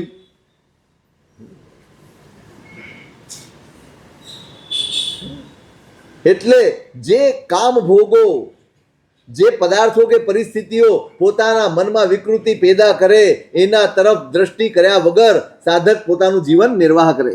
નારી સુનો ગિજ્જે જાય થી વિપજય અણગારે નમ્મ જબે ધલમ નચ્ચા તત્ત થવે જ ભિક્વપાણમ. કામ ભોગોમાં અનાસક્ત એવો જે સાધક છે એ ધર્મને એકાંત કલ્યાણકારી માનીને પોતાના આત્મામાં હંમેશા સ્થિર રહે. ઈ એસ ધમ્મે અખાય કે કવિલેણમ ચ વિશુદ્ધ પન્નેણમ તરિહિંતિ જેવું કાહિંતિ તેહિમ આરાહિયા દુએ લોગત્તિ બેમી. વિશુદ્ધ પ્રજ્ઞાવાળા એવા કપિલ મુનિએ આ પ્રમાણે સાધક ધર્મનું વર્ણન કર્યું છે અને એની સમ્યક આરાધના કરનાર ઉભય લોકનો આરાધક બને છે અને સંસારનો પાર પામીને મોક્ષે જાય છે એમ અમે કહીએ છીએ. હવે 9મું અધ્યયન છે નમી પવ્વજ્જા. નમી રાજર્ષિનું અધ્યયન છે. કથાનક તો તમને બધાને આવડે છે ને. અહીંયા મુખ્ય વસ્તુ જે સમજવાની છે ને, નવી રાજર્ષિ રાજપાટ બધું છોડીને સંયમ ગ્રહણ કરે છે અને દેવલોકમાંથી ઇન્દ્ર વેશ બ્રાહ્મણનો લઈ અને એમને સવાલ કરવા. એ સવાલ જવાબ બહુ સમજવા જેવા છે. આપણા મનમાં જે કેટલાક સવાલો હોય છે, કોઈક વ્યક્તિ દીક્ષા લેતો હોય, ધારો કે તમારો સંસાર છે, હવે બધું જ સેટલ થઈ ગયું છે અને તમને મન થયું હોય કદાચ તો બોલવું જ પડે ને, નક્કી તો કહેવાય નહીં. તો તમારી આજુબાજુ વાળા પરિવારજનો આ તે ઘણી બધી તમારી જવાબદારીઓનું તમને ભાન કરાવવા આવે. એટલા બધા હિતેચ્છુ જીવો છે એ તમને ભાન કરાવે કે ભાઈ તારી જવાબદારી કેટલી છે. આવતીકાલનો વિચાર તો કર, તું તો હાલી જઈશ પછી આ લોકોનું કોણ? એ તમારો વિચાર નથી કરતા કે તું નીકળી નહીં જાય તો તારું કોણ? તારું જે થવું થાય, તું અમારું કરી જા. આવા કેટલાય પ્રશ્નોના સમાધાન આ નમી રાજર્ષિએ ઇન્દ્ર મહારાજાને કર્યા છે. અદભુત અધ્યયન. ચૈયુણદેવ લોકાવન્નો માણસ ગમ્મી હુવસંત મોહનિજો સરઈ પૌરાણી જાઈમ જાઈમ થતું ભૈવમ સહ સંબુદ્ધો અણુત્તરે ધમ્મે ઉત્તમ થવેતુ રજે નિમિખમય નમી રાયા. દેવલોકમાંથી નમી રાજર્ષિનો જીવ ચવીને અહીંયા મનુષ્ય લોકમાં એમણે જન્મ લીધો. એમનો મોહ શાંત થયો અને એમને પૂર્વજન્મનું સ્મરણ થયું છે. પૂર્વજન્મનું સ્મરણ થયું એટલે પોતે જે આરાધક હતા એનું સ્મરણ થાય એટલે પોતાના દીકરાને રાજ્ય ઉપર સ્થાપન કરી અને પોતે સ્વયં બુદ્ધ છે.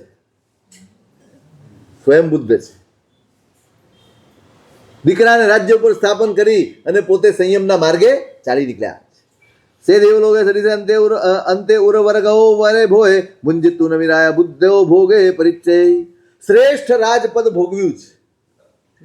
ઉત્તમ એવા દેવલોક જેવા ભોગો આ મનુષ્ય લોકમાં પણ એમને ભોગવ્યા છે. પણ છતાંય જેનો આત્મબોધ જાગે છે ને એને સંસારના સુખો બાધક નથી બનતા, અને જેનો આત્મબોધ જાગતો નથી એને સામાન્ય તુચ્છ સુખો પણ બાધક બનીને ઉભા રહી જાય. દેવલોક કરતા પણ વિશેષ સુખો ભોગવ્યા છે અને છતાંય એક ક્ષણમાં બધું છોડીને નીકળી ગયા. મિહિલમ અને વળી એ ભોગવીને કેવો જ્ઞાની થયા છે. મિહિલમ સપુર જણવયમ બલમરોહમ ચ પરિયણમ સબ્વમ ચિત્તા અભિનિખંતો એગંતમૈઠ્યો ભૈવમ. અને આ ભગવાન નમિરાજ એ મિથિલા નગરીનું રાજપાટ, સેના, રાજધાની બધું જ છોડીને એકાંતવાસી બન્યા છે. કુલા હરગ ભૂયમ આસી વિલાય પવ્વયંતમ્મી તૈયારાય રીસિમ્મી નમિમ અભિનિખમંતમ્મી. રાજાએ દીક્ષા લીધી એટલે આખી મિથિલા નગરીમાં કોલાહલ ઉત્પન્ન થઈ. આવો રાજા જે સૌને વહાલો હોય, સૌનો પ્રિય હોય, સૌ જેને ઈચ્છતા હોય એ નીકળે તો સ્વાભાવિક છે નગરીમાં કોલાહલ થવાનો જ. અબુઠ્ઠિયમ રાય ઋષિમ પવ્વજ્જાઠાણમુત્તમમ સક્કો માહણ રૂવેણ ઇમમ વર્ણમભવી. રાજાને તૈયાર થયેલા જોયા છે. ભાઈ સંયમ લઈને હવે નીકળ્યા. ત્યાં ઇન્દ્ર મહારાજા દેવલોકમાંથી આવીને એમને એમ કહે છે કિન્નુ ભોજ્ય મહિલાએ કોલા હલક સંકુલા સુબંતી દારૂણા શ્રદ્ધા પાસાએસુ ગિયેસુ. હે રાજર્ષિ, આજે મિથિલા નગરીના રસ્તાઓ પરની હવેલીઓ, રાજમહેલો, એમાં હૃદય દ્રાવક કકળાટ સંભળાય છે, આક્રંદ સંભળાય છે. આવું કેમ થઈ રહ્યું છે? એ મઠમની સામે થયું કારણ જોયો તો નમીરાય રથી દેવિંદ મિડમભવી. ઇન્દ્રની વાત સાંભળીને રાજા જવાબ આપે છે મીલાય ચઈએ વચ્ચે સોય છાય મણોરમે પત્ત ફલોવે બહુણ બહુણે થયા વાયણ હીરમાળમ્મી ચૈયમ્મી મણોરમે દુయ్య અસરણા અત્તા એક અંદનથી ભોખગા. મિથિલા નગરીમાં રાજા પણ રૂપકથી જવાબ આપે છે. મિથિલા નગરીમાં એક વૃક્ષ હતું, બહુ સુંદર વૃક્ષ હતું, અત્યંત રમણીય, ફળ ફૂલ પુષ્પો પાંદડાઓ અને સુગંધથી ભરેલું વૃક્ષ હતું. બધા એને એની છાયામાં બેસવું ગમે, સૌને છાયો કરે એવું આ વૃક્ષ હતું. પક્ષીઓને આશ્રય આપનારું વૃક્ષ હતું. પણ એક દિવસ પ્રચંડ તોફાન આવ્યું અને એના કારણે એ સુંદર વૃક્ષ તૂટી પડ્યો છે અને પક્ષીઓ બધા આશ્રય વિહોણા થઈ ગયા છે ને એટલે અહીંયા બધા જ આક્રંદ કરે છે પક્ષીઓ. બહુ રૂપકમાં દ્રષ્ટાંત આપ્યું છે. એટલે વૃક્ષ એટલે પોતાની જાત છે અને પ્રજાજનો એ પક્ષીઓ છે એમ કરીને દાખલો. એ મઠમની સામે થયું જોયો તો નમી રાય રેથી દેવેન્દ્ર ભવી. નમી રાજર્ષિની આ વાત સાંભળીને ઇન્દ્ર મહારાજા કહે છે એ સજ્ઞીય વાહુય એ અમ જય મંદિરમ ભૈવ મંતેરોમ તેરમ કીસનમ ના પેખસી. અરે અહીં આગના ભડકા ઉઠ્યા છે, બીજી બાજુ પવન વાઈ રહ્યો છે જોરથી અને આપનો મહેલ ભસ્મીભૂત થઈ રહ્યો છે અને છતાંય આપ ધ્યાન નથી આપતા ત્યાં. એ મઠમની સામે એવું કારણ જોયો તો નમી રાય રેથી દેવેન્દ્ર ભવી સોમસામોજી ઓમ દેશિમ નો મત કિંચણ મીલાડ જમાણે નમેટ જય કિંચણ ચત્ત પુત્તકલ તસ્ની વારસ ભિક્ષણો પીએમ ન વિજય કિંચ પીએમ બી ન વિજય બહુમ કુમાર મુનિનો બદ્ધમ અણગારસ ભિક્ષણો સબો વિપું કસે ગંતમણો બસવ. ઇન્દ્ર મહારાજાનો સંકેત સમજીને નવી રાજર્ષિ એમ કહે છે જેની પાસે પોતાનું કહી શકાય એવું કશું જ નથી એવો હું છું. પોતાનું કહી શકાય એવું મારી પાસે કાંઈ છે નહીં. આમાંનું એટલે મિથિલા બળતી હોય તો એમાં મારું કાંઈ બળતું નથી, બળે બીજાનું એ. મારું કહી શકાય એવું તો કાંઈ છે જ નહીં તો પછી મિથિલા બળતી હોય તો એમાં મારું શું બળે છે? પુત્ર હોય, પત્ની હોય કે કોઈ પણ હોય, એને છોડીને ગૃહસ્થાશ્રમથી મુક્ત થઈ ગયેલી વ્યક્તિને, સાધકને માટે ન તો કશું પ્રિય હોય છે ન કશું અપ્રિય. આ ઓળખ છે. ત્યાગ કોનો કરવાનો છે? પદાર્થ નથી છોડવાનો. મને નથી ગમતું ને મેં છોડી દીધું, કદાચ મને ગમતું હતું ને મેં છોડી દીધું, પણ ગમો ને અણગમો છૂટ્યો કે નહીં એ મહત્વનું છે. જો ગમો અણગમો નહીં છૂટ્યો હોય ને તો એ સાધક નથી, એ ત્યાગ નથી. ત્યાગ ન ટકે રે વૈરાગ્ય વિના રે. ત્યાગ વસ્તુનો હોય, વૈરાગ્ય ભાવોનો હોય. વસ્તુ છૂટે પણ એ છૂટી ક્યારે કહેવાય, ત્યાગ ક્યારે કહેવાય? જ્યારે અંદર ભાવોનું વૈરાગ્ય હોય, ગમાણગમાં છૂટી જાય. અહીં કહે છે જેને છોડી દીધું છે એના માટે કશું પ્રિય નથી, કશું અપ્રિય નથી. હું બધી જ રીતે એકલો છું અને જે ગૃહ ત્યાગી છે, જે આવો મમત્વ રહિત છે, ગમા અણગમા વગરનો છે, એને બધે સુખ જ છે. એ મઠમની સામે થયું કારણ જોયો તો ભવી. આ રીતે નમી રાજર્ષિની વાત સાંભળીને ઇન્દ્ર મહારાજા કહે છે પાગારમ કારે તાણમ ગોપુરટ્ટા લગાણીય ઉસુલગ સયગ્યો તો ગચ્છતિ ખત્તિયા. એ મઠમની સામે એવું કારણ જોયું તો નમી રાજર્ષિ દેવેન્દ્ર ભવી. ઇન્દ્ર મહારાજા કહે છે કે ભાઈ ભલે તમે નીકળો અહીંથી, પણ આ નગરનું રક્ષણ થાય એમ ફરતે મજબૂત કિલ્લો તમે ચણાવી દો, અટ્ટાલિકાઓ એટલે મકાનો વગેરે ચણાવી દો. કોઈ ચડાઈ કરવા આવે તો એ ફાવે નહીં, એને પાછો ધકેલી દેવાય એ માટે તોપ વગેરે ગોઠવીને જાઓ, અહીંયા બધી વ્યવસ્થા કરીને જાઓ જેથી તમારા રાજ્યનું રક્ષણ થાય. કરીને જવું, વ્યવસ્થા કરીને નીકળવાનું. આ જ પ્રશ્ન છે.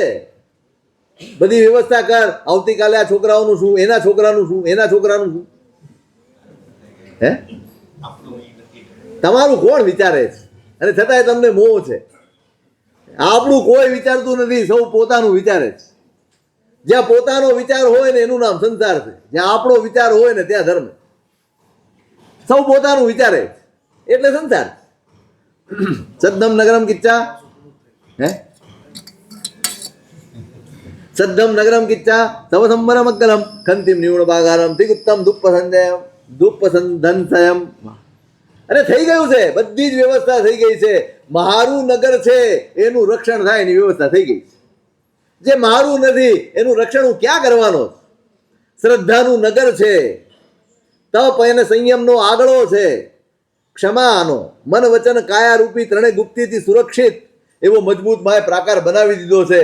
હવે મારા મહેલને કે મારા રાજ્યને કોઈ પણ અસુરક્ષા નથી, કોઈ ભય નથી. ધણું પરકમમ કિચ્ચા જીવમ ધૈર્યમ થયા ધીમ જગેણમ કિચ્ચા સત્યમ બલિમંથે તવ નારાય જુત્તેણ વેતુણ કમકંચુયમ મુનિ વિગય સંગામો ભવાઓ પરિમુચ્ચય. પરાક્રમનું ધનુષ્ય ધારણ કર્યું છે, ઈર્યા સમૃદ્ધિની એમાં દોર લગાડેલી છે, ધ્રુતિ એટલે ધૈર્ય રૂપી મૂઠ બનાવી છે અને સત્ય વડે એને બાંધેલી છે. ધનુષ્યનું વર્ણન, ધનુષ્ય કેવું છે?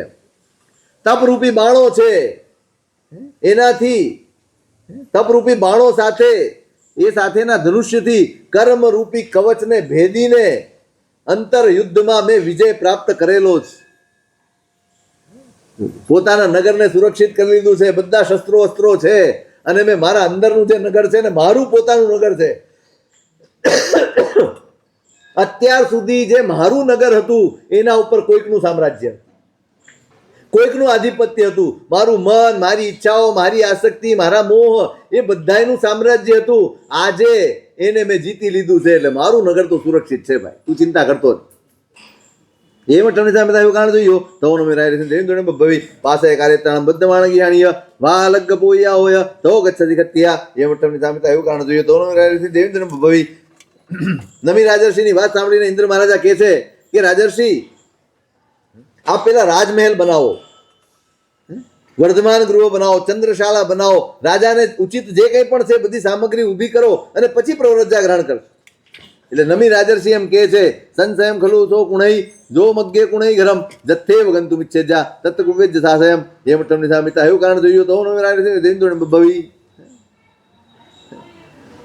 એ કહે છે કે ભાઈ તમે કહો છો કે રાજમહેલ બાંધો, પણ હું તો રસ્તે જ પડેલો છું, મારે યાત્રિક છું. હું તો રસ્તામાં કયો માણસ માર્ગમાં રસ્તામાં કયો માણસ પોતાના માટેનું મકાન બનાવે? પોતાના મુકામે પહોંચ્યા પછી કોઈ પોતાનો મકાન બનાવે? રસ્તામાં કોઈ મકાન બનાવે? કોઈ જ ના બનાવે. જે માણસ રસ્તે ચાલતા ચાલતા ઘર બનાવે એ પોતાની સંશયજનક સ્થિતિ ઊભી કરે છે. એટલે ખરેખર તો મારે પોતાને જ્યાં જવાનું છે ને ત્યાં ઘર બનાવવું જોઈએ. એટલે તમે કહો છો કે રાજમહેલ બનાવો તો એનો મારે કોઈ પ્રયોજન નથી. એ માટે સામે એવું કારણ જોયું તો ભવિ. ત્યારે ઇન્દ્ર મહારાજા કહે છે આમો છે લો મહાર્ય ગંડી વેય તક કરે નગર ગામ તો ગચ્છતિ ખત્યા. તમે એક કામ કરો, આ ચોર, લૂંટારા, ડાકુઓ વગેરે ઘર ફોડાઓ છે એનાથી તમારા નગરને સુરક્ષિત કરો અને પછી તમે નીકળો. આવતીકાલે કોઈને આફત ના આવે, તમે રાજા છો. એમાં સામે એવું કારણ જોયું તો દેવેન્દ્ર ભવિ અસેમ તો સેમ ઈચ્છા દંડો ભજુંજય અકારીણોત્સવજંતી મુચ્ચય કા રગો જણો. આ સાંભળીને રમી રાજર્ષિ કહે છે કે ભાઈ જગતમાં એવું છે, ગુનેગાર કોણ છે ને બિન ગુનેગાર કોણ છે નક્કી કરવું અઘરું છે. ક્યારેક એવું બને છે કે અપરાધ કોઈકે કર્યો હોય અને સજા કોઈકને મળી જતી હોય છે. એટલે કોણ ગુનેગાર છે ને કોણ નહીં એ નક્કી કરનાર આપણે કોણ છે?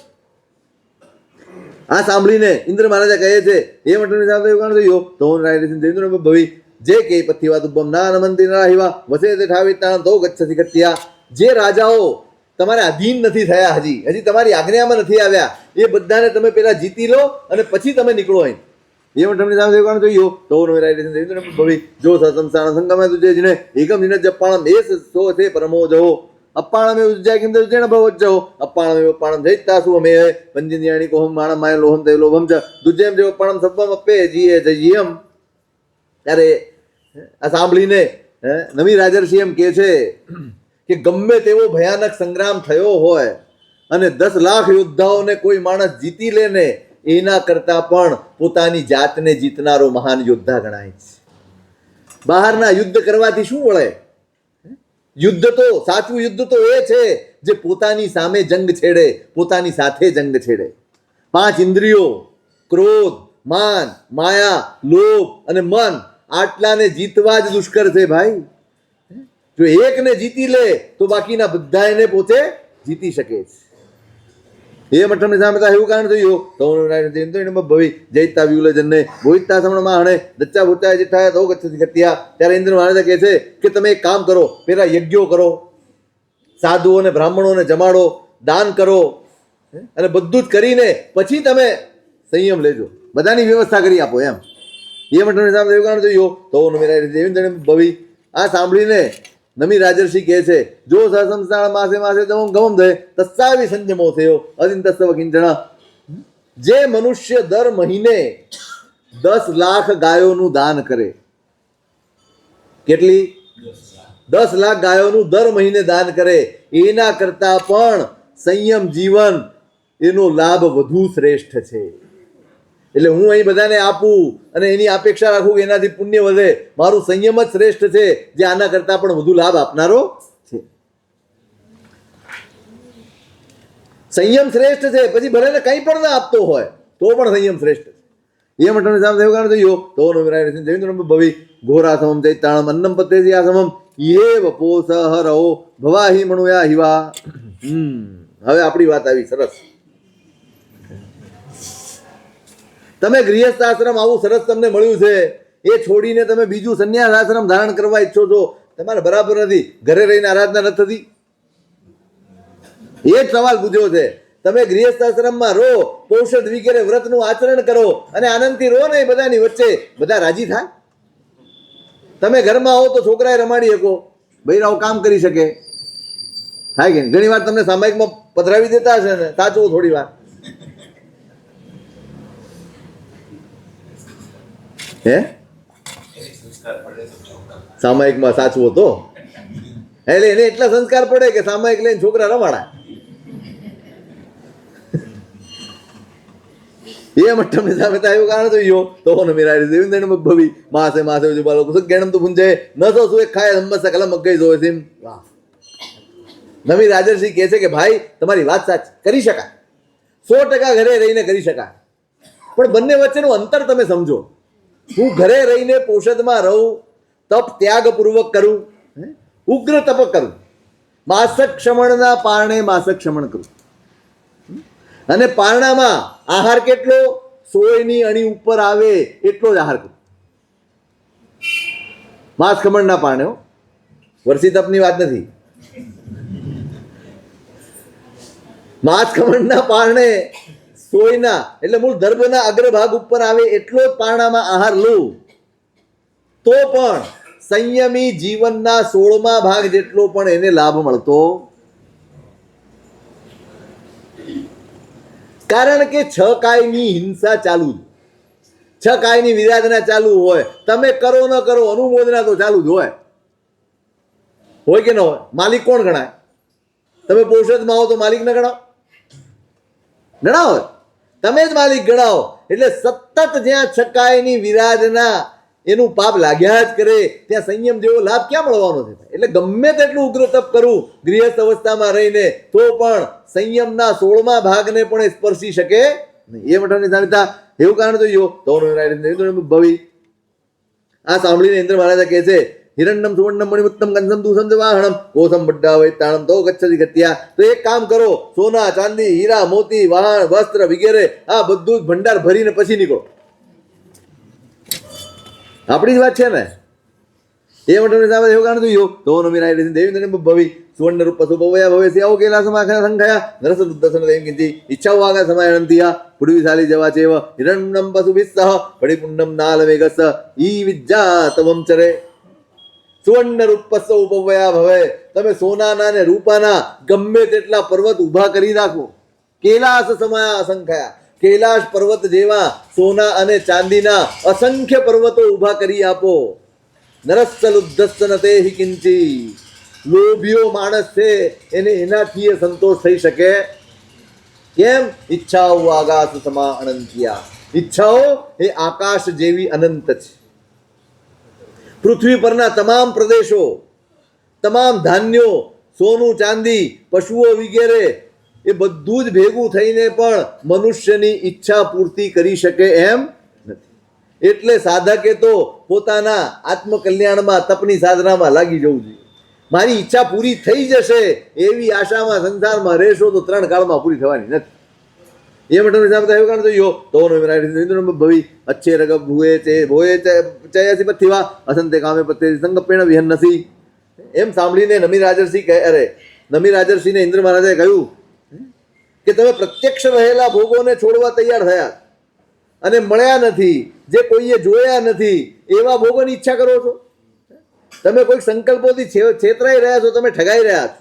એ મઠમની સામે થયું કાન જોયો તો ભવી એ સાંભળીને નવી રાજર્ષિ કહે છે, સલ્લમ કામા વિષમ કામા કામા આસી વિશોપમા કામે પથ્થે માણ્યા કામા દંતી દુઃખ ગઈ હે વયમ કોયમ માણે નમ હમા ગઈ માયા ગઈ પડી ગાઓ લોભાઓ દુહો ભયમ ઉવ ઉજ્જીવણ માહણ રૂવમ વ્યુ વ્યુણ ઇન્દત્તમ વંદે બિથુણંતો હિમાય મોરાય બગ્ગુમ.